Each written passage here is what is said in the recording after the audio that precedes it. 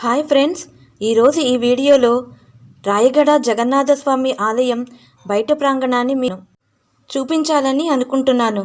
చూస్తున్నారు కదా వీడియోలో ఆలయ ప్రాంగణం ఎంత పెద్దగా ఉందో. ఈ ఆలయ నిర్మాణ శైలి పూరిలోని జగన్నాథస్వామి ఆలయ నిర్మాణ శైలితో చాలా వరకు పోలి ఉంటుంది. ఈ ఆలయం కళింగ నిర్మాణ శైలిలో నిర్మించబడిందని చెబుతారు. రాయగడ వెళ్ళిన ప్రతి ఒక్కరూ మధ్యగైరమ్మ ఆలయంతో పాటు ఈ ఆలయాన్ని కూడా తప్పక సందర్శిస్తూ ఉంటారు.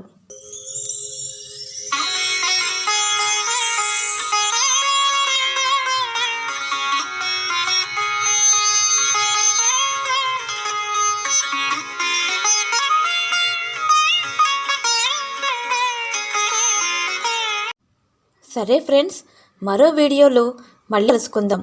అంతవరకు ఉండనా మరి.